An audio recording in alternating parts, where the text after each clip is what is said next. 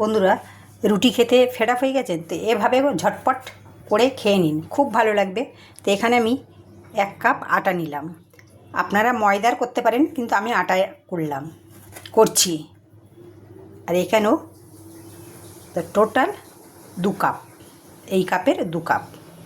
এই আটার মধ্যে আমি একটু তেল দিয়ে দেব। তো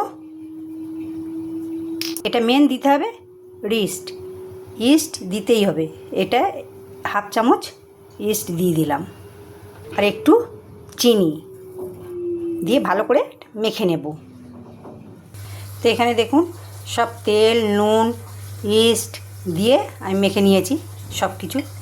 এই দেখুন এরকমভাবে মেখে নিয়েছি। এবারে আস্তে আস্তে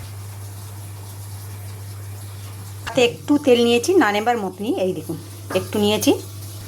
এই যে কী সুন্দর হয়েছে দেখুন মাখাটা। এবার একটু 5 মিনিট রেস্ট রেখে দেব। এই যে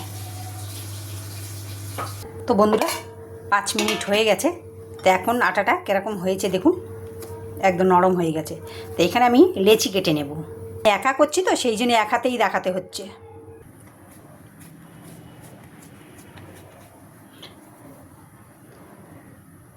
বন্ধুরা এরকম হাত দিয়ে চেপটে চেপটে করে নিয়েছি সবগুলো। টোটাল 6টা হয়েছে, এখানে 3টে। এখানে আমি জল বসিয়ে দিয়েছি, জলটা ফুটে গেছে। তো এর মধ্যে দিয়ে দেব এক এক করে।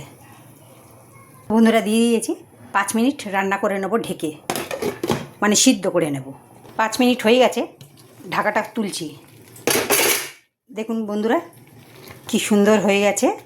এবার তুলে নেব আমি।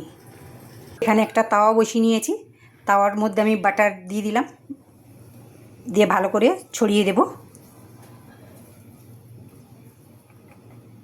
তো আমি তাওয়ার মধ্যে দিয়ে দিলাম। এখানে আমি 4টে দিয়ে নিয়েছি। এবার আমি উল্টে দেব।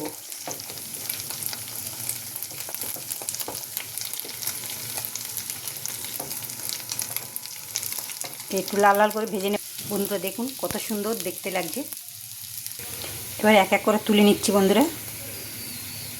দেখুন বন্ধুরা ভিতরে কত সুন্দর হয়ে গেছে দেখুন, এটা খেতে দারুণ লাগবে। তাই এখানে আমি স্যালাডের সাথে খাচ্ছি। আপনারা চাইলে টমেটো সস দিয়ে খেতে পারেন, বা চিকেন যা থাকবে ঘরে খেতে পারেন। তো বন্ধুরা এরকম করে খেয়ে জানাবেন কেমন খেলেন। আর ভিডিওটা দেখবার জন্য ধন্যবাদ।